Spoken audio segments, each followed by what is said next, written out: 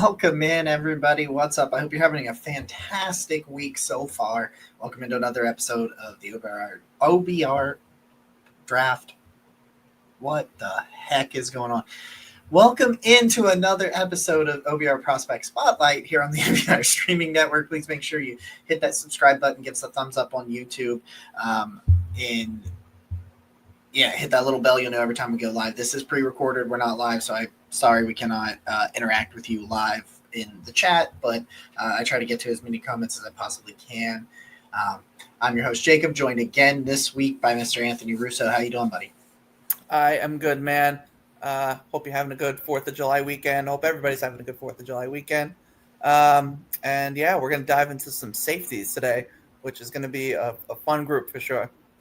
It's always an interesting group to kind of scout. And the reason I say that is there was a part of me that was watching one of the guys, and I'll get to him in a second,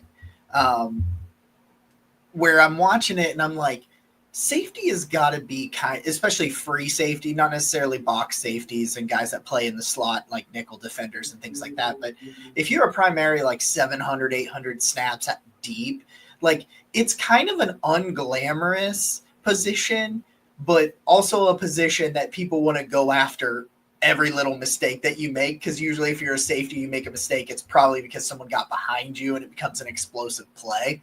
And you're like, crap.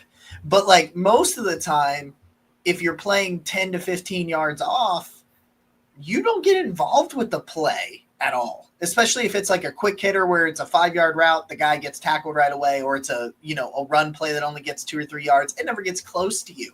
So it's a really interesting position because sometimes while I was watching it, I'm just like, well, this guy I think is good because nothing's happening near him. Like he's where he's supposed to be. And I don't know. How do you feel about the position as a whole? Am I off base saying that? No, I don't think so. I think safety is genuinely one of the hardest positions to project to the next level. Because yes, it's a lot of when you watch safeties, when you scout safeties, you're sitting there for a long time. Yes. Not seeing anything and just trying to see if the guy is gonna put himself in the right spot and able to predict what's happening on the offensive side. But yeah, it is a lot of just nothing, a simple run to the left. Oh, well, the safety was on the left side, so he didn't do anything, and vice versa. So safety is very hard to know what to look for and to know when you see it. But I think, again, we have a really good group, and I think hopefully we'll be able to kind of break down what makes these guys stand out and what is translatable things to the NFL that you can see in these players. Yeah, it's really funny because it is. It's just so unglamorous of a watch sometimes. Like, I was watching, and I won't say his name because I'll talk about him here in a minute, but he was being played. There was a lot of snaps where he was 25 yards off the line of scrimmage, where they had him, which for all the Browns fans out there will remember was what Greg Williams did with Jabril Peppers for like 2 years. He was like lined up in Lake Erie. I don't really know what he was doing all the way back there, but that's where he was. And if it's a run play, unless it's an explosive run that they get past the linebackers, they didn't have a shot to make anything on the play because that's where he was lined up. And so that's really interesting. So we both got 3 guys as we do for standard summer scouting. So I'll remind anybody that's new here, this is our 4th summer scouting pod, 2nd time with Anthony here. So if you want to check these things out, they're over on the OBR YouTube, youtube.com/Orange and Brown Report. Please make sure you are subscribed. I've done offensive tackles, wide receivers, edge rushers, and now we're doing safety. We'll get through all the positions. At the end of the summer, I will do a rankings of the quarterbacks. I'll do a top 10. So that's coming up next month, which is crazy that's next month that I have to do all this crap. I'm terrified right now. But just a reminder, at least from my end of things, these are not going to be necessarily my top 3 safeties. They're just 3 safeties that I have watched that I do really like. I don't necessarily have them ranked 1, 2, and 3 because I really don't have rankings yet because I'm not fully done yet. So just that reminder. So I will kick it over to you, Anthony, for your first guy. Yeah, I think we both have the same safety one, and neither one of us are going to really dive into him too deep because that's going to be a conversation that we're going to have for like the next 8 months or whatever it is till draft day.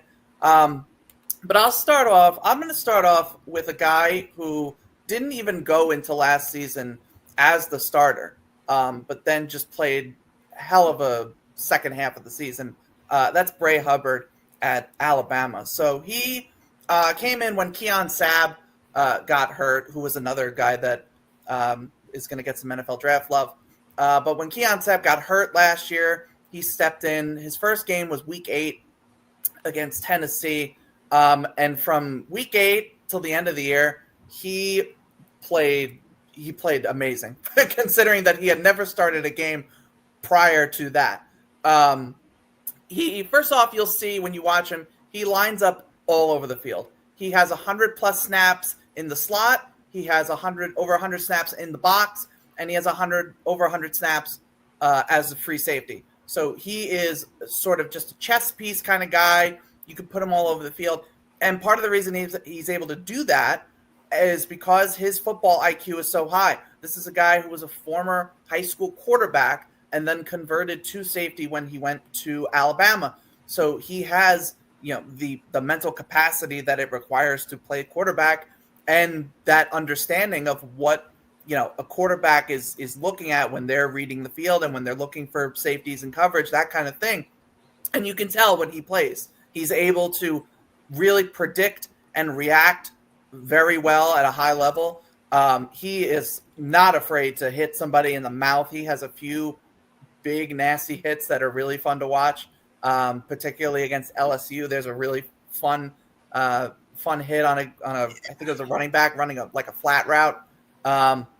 He also almost killed Nico Iamalava at Tennessee. Oh yeah. I remember that actually.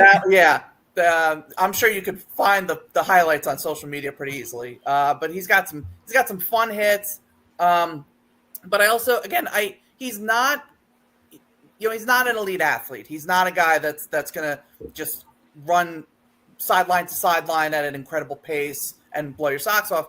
But because he's so smart and because he is so able to predict and react, he makes up for it. It doesn't really show as badly as it could with some other guys. So Bray Hubbard is a guy who, again, he came in Week 8 and had a hell of a run. Now he's going to be the starter at safety. I expect him to continue to – I think he's technically listed as the starting free safety. But again, this is a guy that's going to line up all over the place. He's 6'2", 204 pounds. So he's got the size to be that box safety if you want him to be. But I think if he continues to just refine those parts of his game that aren't the best, sometimes he can be an inconsistent tackler. And again, he isn't the most athletic guy, so he just always has to be on top of his game mentally. But to me, he's got the size and the IQ to be a difference-making safety in the NFL. Just a disclaimer, yes, Caleb Downs is who we were talking about is the number one safety. We might touch on him a little bit at the end of this episode. It's just, I feel like everybody knows who Caleb Downs is and what he brings to the table, but he is phenomenal. Yeah, I'm with you. I'm with you a lot on Hubbard because I have just recently kind of discovered, and I was listening to Corey Kinnan over on Daft on Draft podcast, also former OBR staffer and former boss of mine when I was at Brownswire, actually. And he was talking about how his scouting of edge players have evolved to where he needs to see you be able to convert speed to power to feel really confident about you being like a day one edge prospect, because we've just seen that those are the guys that are the most successful in the NFL, or at least that's where it's trending right now. And for me, I've noticed that happening to me at safety, where I gravitate to these guys with the coverage instincts, the guys with the instincts and the football IQ.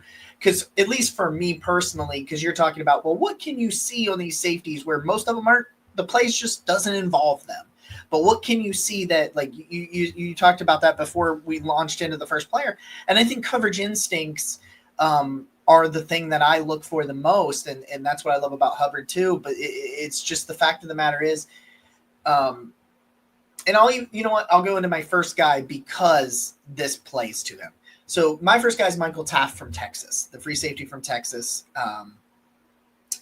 And the thing about him is, I wrote this down in the notes, is he's always in the right place at the right time, usually resulting in turnovers or pass breakups. If you go and you type in Michael Taft's highlight reel and you want to see the interceptions of him at Texas last year, a lot of them are going to be like overthrows or tipped passes. They're not him necessarily jumping the route, but how did he get there? Why was he in the spot to catch the overthrow? Why was he in the spot? Because he was crashing downhill to make the play. And when it was overthrown, he had the ball skills and the IQ and the recognition to be in the right spot so he could make a play on the player. And then when the quarterback made a mistake, he made him pay for that. And that's coverage instincts, because that's what sticks out to me a lot about Michael Taft is he gets himself in the right place because he reads the plays properly. He reads the quarterback's eye properly. And then if the quarterback makes a stupid mistake, and he'll be there to capitalize on it. And that's where it starts for me with Michael Taft. I had the same thing thought about. It felt like deja vu. It felt like watching Carson Schwarzenegger this year. And the reason I say that is I said, how in the hell was Michael Taft a walk-on? Because he was a walk-on at Texas. I think he was a corner originally coming out, and I think he committed to Rice. I think it was Rice that had offered him a contract, and then offered him a scholarship, and he chose to walk on at Texas instead, which is the ultimate baller, like, bet on yourself bet. Like, I think it was Rice. I feel like I'm wrong about that, but that's anyway. I think he's a really nice athlete. Really good. I think he's got really good speed and range. Sometimes I think he's got super fluid hips, and if he gets a little over aggressive and a guy does get past him, he can flip his hips, bail, and fire down the field with good recovery speed to where he's in a position to at least attempt to make a play on the ball. I think that this probably has a lot to do with him being a walk-on. The motor's there, like the high effort, high energy all the time from Taft is there. Not afraid to get physical. He's 6 foot, even 190 pounds, a little bit light at that position, but you're playing him at free safety. You're not playing it. He didn't play much in the box. And I don't think he really has the size to do that, but he's not afraid to get physical in the run game. Like, he'll come, like I said, smart, instinctual player, recognizes what's happened, crash downhill, great speed, great sideline to sideline, quick feet. For me, he's just what you want, like, in a free safety. Like, smart, good athlete, good ball skills, tracks the ball well. Not gonna take your head off, and you want him to have the luxury of playing deep. I don't love putting him I don't know that he's not.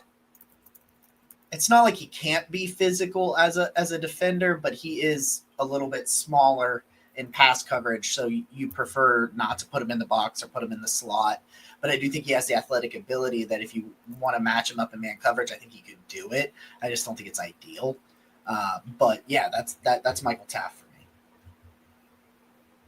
Good stuff. Yeah, Taft being a walk-on is one of those, like, how did college football just miss on this guy? For sure. Yeah, I just don't understand some of that stuff. I don't either. I'm going to stay in the state of Texas, and I'm going to go up to Fort Worth over at TCU where the Horned Frogs play, and I'm going to talk about Bud Clark. So this is a guy, he is a sixth-year senior for the Horned Frogs, and he has been a starter, I think, for the past 3 years is what I have written down. But he has, over the course of his TCU career, he has 14 pass breakups and 11 interceptions. So this is a guy who is constantly tracking the ball, making plays on the ball in the air, has the ball skills to be able to make interceptions and create turnovers. He does such a great job at reading the quarterback's eyes and breaking on routes, and he has the athleticism to make up that ground, also recover well. He's another guy too who lines up all over the field for TCU. He can line up in the slot. He can line up as a true free safety. Also play in the box a bit. He is a smaller frame guy. He's 6'2", but he's only 185 pounds listed, which is not ideal.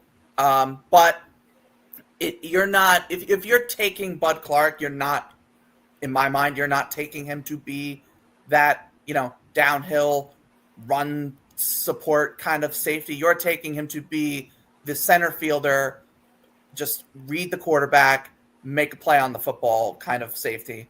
And I think Bud Clark can do that with the best of them in this class. So yeah, Bud Clark.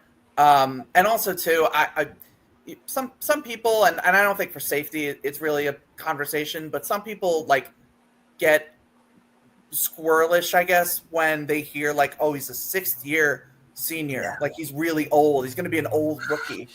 I'm a guy who I just don't care about age at all for any prospect. If you can play, you can play, especially in the NFL where you're when you draft a player, you're basically just hoping they get to a second contract. Mm-hmm. And so if that second contract just happens to be when they're 30, that's still a successful pick in my mind.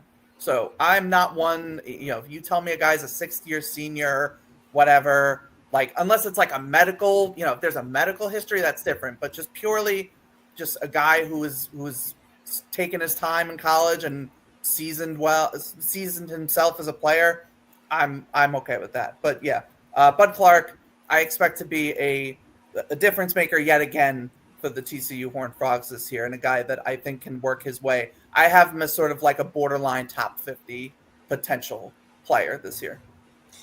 Yeah, it's the age thing is really interesting, and Browns fans can really relate to that because of, especially early on in Andrew Berry's tenure, in the first round is you had to be 21. If day 1 and day 2, he really was you need to be 21. You can't be over 22. He kind of throws it out a little bit on day 3 of the draft. He doesn't really care so much. And it's changed a little bit because Cedric Tillman wasn't super young when they drafted him, but he was a 3rd round pick, things like that. They've kind of been lenient on it. Here's the way I look at the age question, because I'm glad you brought that up, because I do think that is I think it's a very hot button topic in the draft community. Just how much do you take here? I will not knock you for being older, but I will prop you up for being younger. I know that I do it.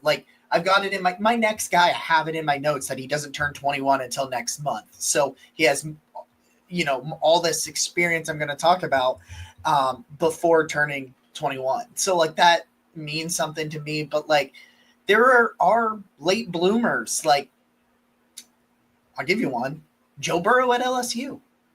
Joe wasn't he starts as the backup at Ohio State. He's from my hometown, and he starts up at the backup at Ohio State, and then he gets hurt the 1 year, which makes him kind of have to battle out potentially to be the backup, and then he transfers to LSU. His first year at LSU was not terrible, but it wasn't Joe Burrow. It wasn't what him of.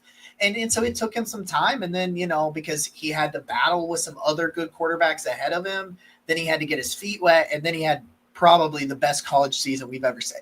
Sometimes I still go back and watch that LSU offense, because that LSU offense that year was just sick, nasty. Filthy.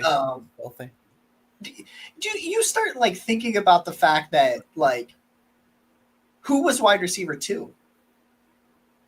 Yeah. It was Jamar was on that team. Jetta, I guess. Yeah. I guess Jetta by default, but you're saying Justin Jefferson's a number 2 in that. Yeah, that was that offense. Justin Jefferson was a wide receiver 2, which is just, it was disgusting. But that's my point. Like you're going to get some of those late bloomers. So like, I don't think that you need that it hurts you to be that age. Some organizations might.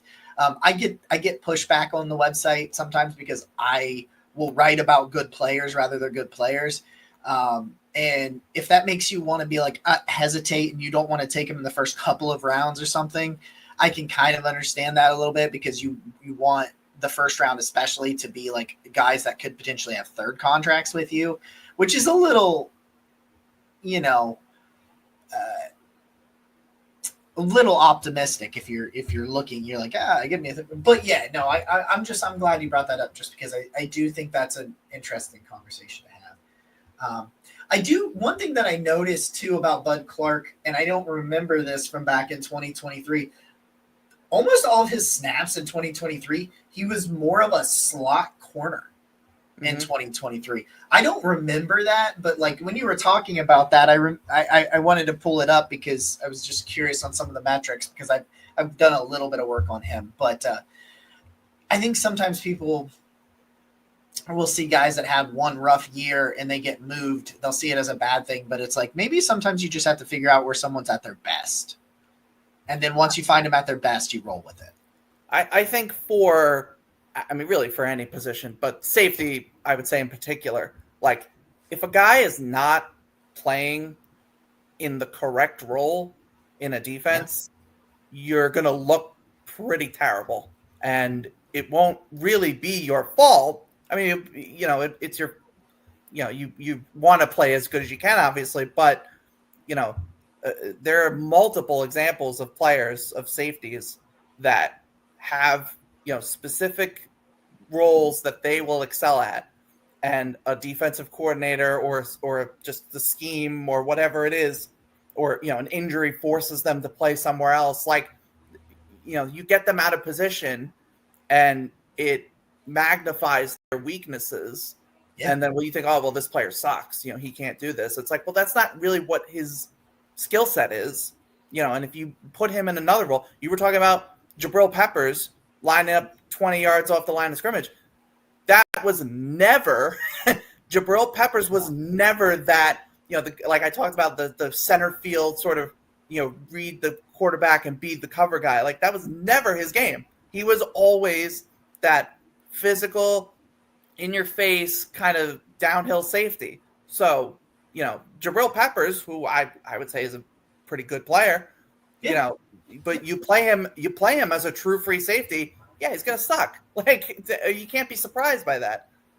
So yeah, I think there's a lot of, and there's safeties in this class where, they are, they've been out of position and, or they are still in the wrong position, in my opinion. But if they get to the NFL and they're put in the right position, they can be you can see the skills that they have really blossom. The Browns did it with John Johnson. Don't get me wrong, there were some John Johnson issues with effort at his time in Cleveland, but they wanted to move him back and be a free safety as soon as they signed him to this big contract. And it's just not what he was with LA. And I mean, there were some other issues that were on John Johnson, but like, yeah, they did that with John Johnson in free agency. They put him in the wrong spot. They asked him to do things that he had done, but at a much bigger clip. And when they did that, that wasn't his position. That wasn't what he was. Okay. Second for me is Kamari Ramsey from USC. This is a guy that I talked about a lot last year. I really like Kamari Ramsey. So some readers and listeners to this show may have heard me talk about Ramsey before, just because I thought maybe he was going to come out last year. He ends up going back, which is probably the right call because I think he's just a little bit more seasoning. But he's about to turn 21, so he'll turn 21 in August. Play his entire season at 21, and as a rookie, he'll play his entire rookie year at 22.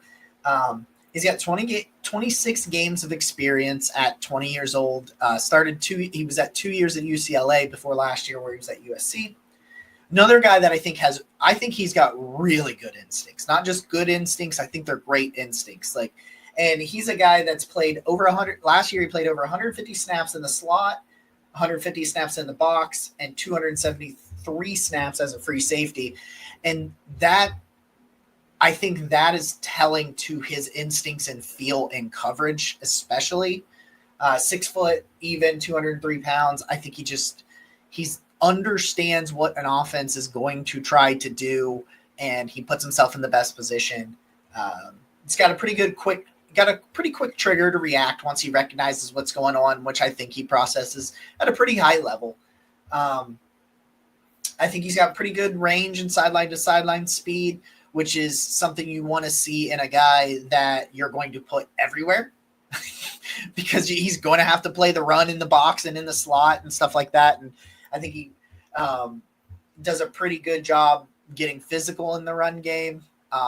If he sees a chance to lay the boom and lay someone out and just destroy them, he's going to do it. Like Kamari Ramsey, he can be a big hitter. Like one thing that I love to do with these prospects when I first start getting eyes on them, a lot of times I want to say to myself, okay, at your best, what does that look like? When you are at 100% of your ability, what does that look like? What is the vision coaches are going to see? They're like, man, this guy, if we can get the best out of him, this is what he's put on tape. So when you look, I often will look these players up on YouTube initially and just type their name in, click on a couple 3 or 4 minute highlight videos and watch them. There's a lot of boom sticks when you watch Kamari Ramsey's highlights, and which is interesting because he's gonna get 6 foot 203. He's not small, but like he's not 215. Like he's gonna bring it. Like he's gonna bring it. He has no problem being physical. And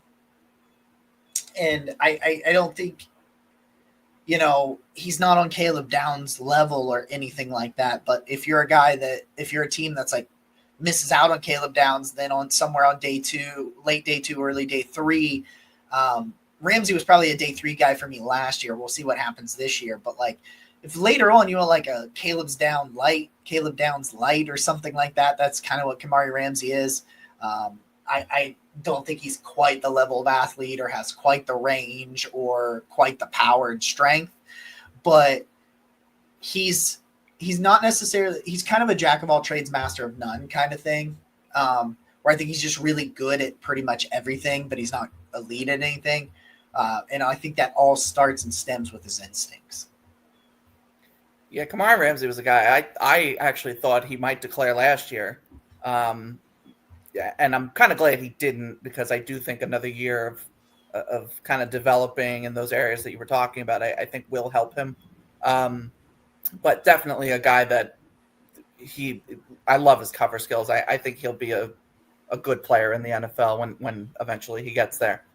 My final guy, I like to keep up the trend that I've set from the last time, where I brought in like one deep sleeper that I think may not, he could be a day 3 guy, but I think can make a difference in the league when he gets there.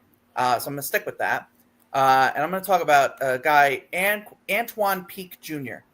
He is the safety out of Cincinnati. He is 6'2", 210. So this is a big guy we're talking about. His father, Antoine, was a former 3rd-round pick as well. And this is also, Antoine actually walked on to Cincinnati to sort of follow in his footsteps. His father's like a Cincinnati college football legend of sorts. I think he's in their Ring of Honor or whatever the equivalent of that is at Cincinnati. But so he wanted to follow his father's footsteps. He wanted to play at Cincinnati. He walked on. He is now the starting strong safety for the Bearcats. The first thing that you are going to notice with Antoine Peak Jr. is this dude is a machine when it comes to forcing fumbles. He had 4 forced fumbles last year, and he only played in 12 games because he had a season-ending neck injury, which is obviously something that you're going to want to monitor his health going forward. But yeah, he had 4 forced fumbles in 12 games. A fumble every 3 games is a pretty awesome rate. If you're an offensive coordinator, knowing you have to deal with that kind of player, not fun. And you will see him. he'll just go right up to you. He'll punch that ball out, no fear. It helps. Again, he's 6'2", 210. He is not afraid to get physical in the run game, hit you in the face. He is that kind of, downhill physical safety. He's also, sometimes you'll see with these guys who, put out or love to lay the boom, if you will. You'll see sometimes they kind of lose their tackling technique a bit, and they whiff on a couple like tackles that they should get. You don't really see that with Peak. I think he's a pretty fairly reliable tackler, and for his size, I think he's pretty fast. He's not, again, he's not a super rangy guy, but I think he's decently fast. It's really just his cover skills. I don't think he anticipates particularly well. Again, he's not that rangy guy, so you're not going to expect him to sort of drop back and play that sort of middle of the field kind of role. He doesn't always find the ball in the air, so there are those deficiencies. But I think kind of going back to what we were saying before, if you put him in a role to succeed, which for me is in the box, run support, that kind of player, and you're trying to create a turnover, you put him in and let him just hit somebody in the mouth and try to punch that ball out. There is a role for that in the NFL. Again, like I said off the top, this is probably a guy who's a day 3 prospect as of now. I am always a sucker for NFL bloodlines as well. That's just how I am. But I do think that is an asset. Having a father who played in the league, that experience will help him. He can work on those deficiencies in his game. And again, he's coming back from a season-ending neck injury, so you hope that he gets a full season. But I think he checks a lot of boxes for NFL box safety. Hell, the way that it's going, linebackers are getting skinnier and skinnier by the year these days. Yeah, probably can throw him in as a will linebacker, on some in some schemes and some looks as well. So Antoine Peak Jr., shout out to Ohio. Wanted to give them some love, but Antoine Peak Jr. is a fun player to watch. I think he can crack day 3, get on an NFL roster. And can be the guy that, you look on the highlight package years down the road. It's like, oh, remember when Peak forced that fumble in the NFC Championship and they won the game? Like that. That's the kind of player I imagine Antoine Peak is. So yeah, fun player to watch for sure. Who was the safety? Was it Keanu Neal at one point was playing linebacker after started? He was a safety, and then he went to New England and they played him as a linebacker or something like that. Yes. Yeah. Well, because then wasn't he in? Didn't he go to Atlanta too at some point? Yeah, that's where I remember him from. Is Atlanta. That's where I think he had a lot of success. But I think he did do he did safety linebacker kind of hybrid. They're almost, they're almost the same position these days. Really linebacker. Obviously, if you have a linebacker that's like Jahad Campbell last year, he's not going to play safety, but I almost feel like the skinnier linebackers are sort of morphing with the bigger safeties. And nowadays you just kind of look for guys that can cover while also, play in the box and play strong against the run. So there's a lot of overlapping traits, I think. And so, if you find these bigger, they're playing safety, but, you can, like I said, you can play them at, as a will linebacker or just have, a bunch of guys in the box loaded up, ready to go. There's similar skill sets, I think. So, that's where I think the marketplace is now for these sort of bigger safeties. Yeah, I mean, you're getting some of these linebackers 225, 235, and it's if you've got a 215, 220 safety, they're almost that big. Mm-hmm. They're not going to necessarily be full-time linebackers, but can they do it? Yeah, they absolutely can do it. Who cares? So my final guy, Dylan Thieneman, from Oregon. He's at Oregon this year, but played his first 2 years at Purdue, he's the guy that made me think of Jarrell Peppers because he had a phenomenal freshman campaign at Purdue, which included being teammates with Nick Scorton. So it was a pretty good Purdue defense, with the exception of the fact that their offense did not exist, which is kind of a common theme at Purdue. But here we are. They played him a lot, like 20 yards off in certain games. They played him 20 to 25 yards deep. And one thing I said about that, I was like, they played him super deep a lot. He wasn't super flashy when they played him that deep most of the time, but he never gave up super explosive plays. And that was kind of something I was talking about off the rip on the top of this episode when I was like, yeah, they might not be making these plays that you're like, oh man, did you see what he did? But he's never letting up a play where you go, Thieneman, what are you doing? What are you doing there? Like, what are you doing? Like, what were you doing in coverage? So, but it did overall was a pretty good freshman year, really good freshman year. He had 6 interceptions and 2 forced fumbles that year in 2023. Okay, this is where I talk about guys having maybe a down year and being able to explain it. So he had a much better freshman campaign than he did a sophomore campaign, but his sophomore campaign wasn't bad. Like he was still, I think like PFF had him in like, he went from like 89 in PFF grade as a freshman to like 78 as a sophomore. So it wasn't like a bad season. He went from being phenomenal to just being good. And my biggest issue there was they moved him all over the field. Like his freshman year, he played like 700 snaps. I was listening to PFF, the PFF college football show. I was listening to them talk about it. He played like 90% of his snaps at free safety as a freshman. And then he played like 56% at free safety as a sophomore. And you just saw everything go down. I don't think he's a box safety or a slot defender. Like he can come down and do those sorts of things. Because like as a freshman, he had like 50 snaps doing both. So like you can do that. But he only had like 400 deep snaps last year. And he had like 200 or 300, like 200 in the slot and 100 and some in the box or vice versa. And I don't think that's where Thieneman should be playing. Like I don't think that's where he should be playing. I will say this, had over 100 tackles both year.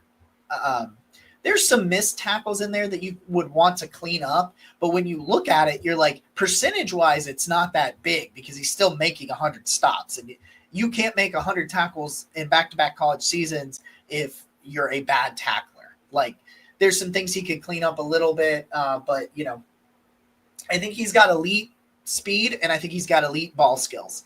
And the best way to showcase both of those things is as a deep center fielder because – I think his range and his ability to read a quarterback's eyes are as good as anybody in this class. He's got a good size, 6 foot even, 207 pounds. He actually kind of looked, I thought he was under 6 foot watching him. So that might have been a little bit of a lie because I think he might be a little bit shorter. He's not like 5'9" though. He's not Upton Stout. Like it's nothing like that.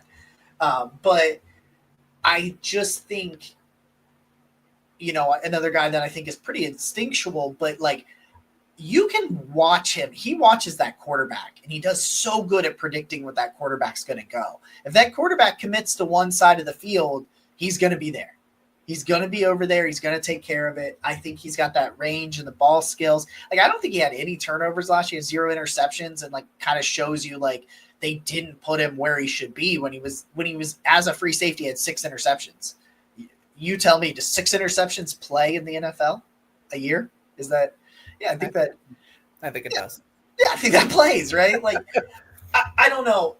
Thieneman this year, he goes with Dan Lanning, which makes me feel great about what they're going to do with him usage-wise over at Oregon, because I don't think it's crazy to call Dan Lanning a defensive mastermind. I don't think it's crazy to say that at all. I think that's pretty fair. Look at some of the prospects that are now coming out of Oregon on defense, which is not something we would have said for the last 15 years. It was always like, oh, there's this crazy Oregon offense guy. You never said, hey, there's this crazy Oregon defender. Now you do. So I really think Thieneman can. I know I'm probably saying his name wrong. I'm going to try to stop doing that. But I know that there was a little bit of a step back last year, but he's got the range, he's got the ball skills, the IQ, um, that to be a really good deep coverage safety. And one thing that I loved the most was, yeah, there was plenty of nice flashy plays, but there just weren't bad ones with him. There was just not many negative, like ball gets over his head because someone gets behind him when he's lined up as a free safety. You can see that sometimes in last year, but like there's not a lot of like, oh, he's a single high safety and they just threw a 80-yard touchdown where it traveled 40 or 50. No, he doesn't allow those kind of plays to get behind him, and that was probably my favorite thing about his tape. Yeah, so full disclosure, Caleb Downs is number 2 on my board right now. It's like 150 players, whatever it is now.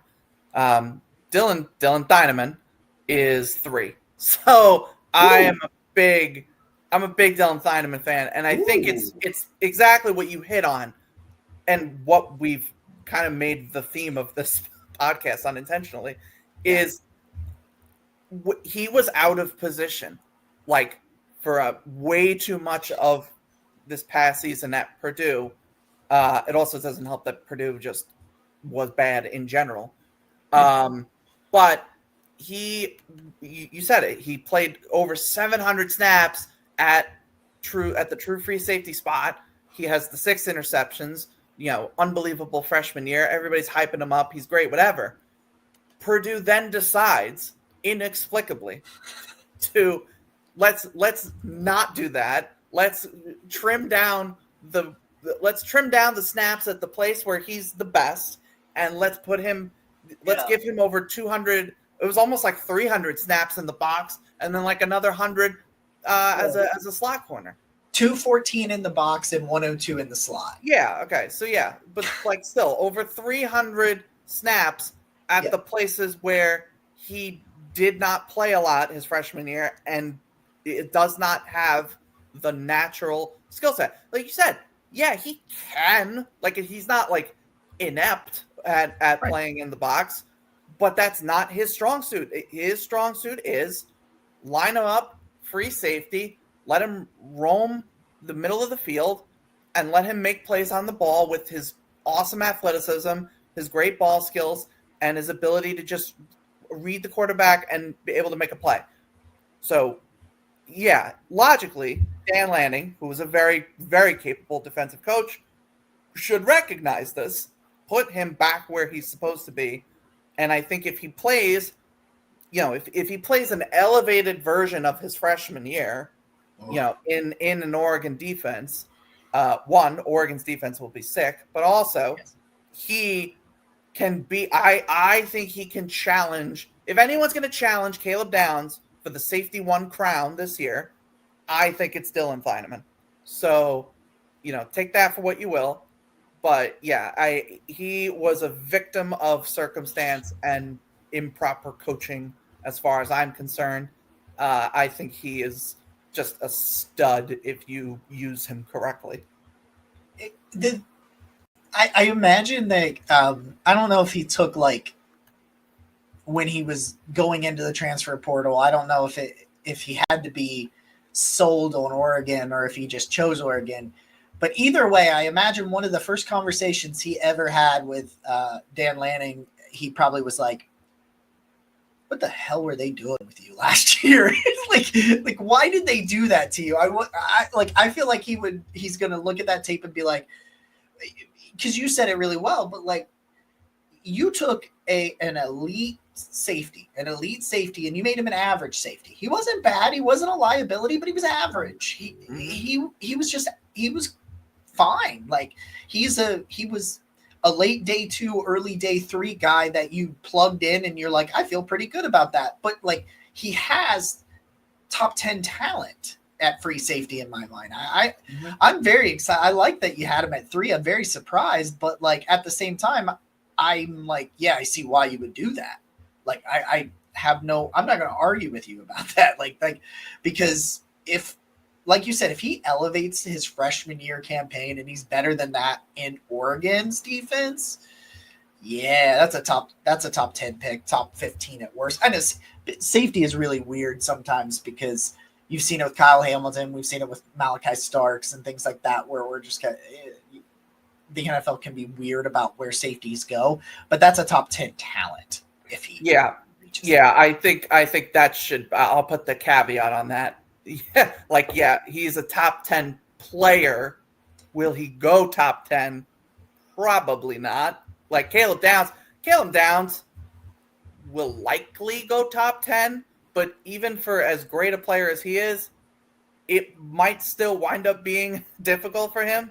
The NFL historically just devalues the safety position, and some of it's obviously understandable if there's a bunch of good quarterbacks, if there's it's going to be good edge rushers, there's going to be good offensive tackles, whatever.